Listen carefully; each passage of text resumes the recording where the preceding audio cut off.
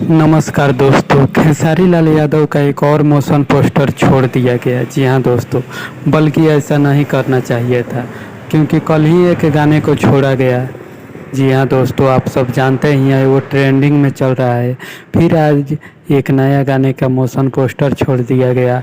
कल फिर उसी गाने का टीजर छोड़ा जाएगा। आप ही लोग बताइए कि खेसारी लाल यादव का फैंस आखिर किस किस गाने को सुनेंगे।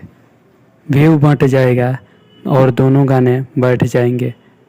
कोई भी ट्रेंडिंग में 15 दिन, 20 दिन, 1 महीना तक गाना नहीं रहेगा। जी हाँ दोस्तों, ये सब खेसारी लाल यादव जी के टीम का गलती है।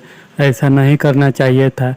इस सैड सॉन्ग को रोक कर रखना चाहिए था। जी हाँ दोस्तों, YRL भोजपुरी से इस मोशन पोस्टर को छोड़ा गया है। सैड सॉन्ग है जिसका नाम है बारिश। आप सब जाकर देखिए और बताइए हमें कमेंट बॉक्स में अपना राय कि इस गाने को अभी रोक कर रखना था या नहीं। कमेंट करना ना भूलिएगा दोस्तों। चैनल पे नए हैं तो चैनल को सब्सक्राइब करके बगल में बेल आइकन की घंटी जरूर दबाइएगा।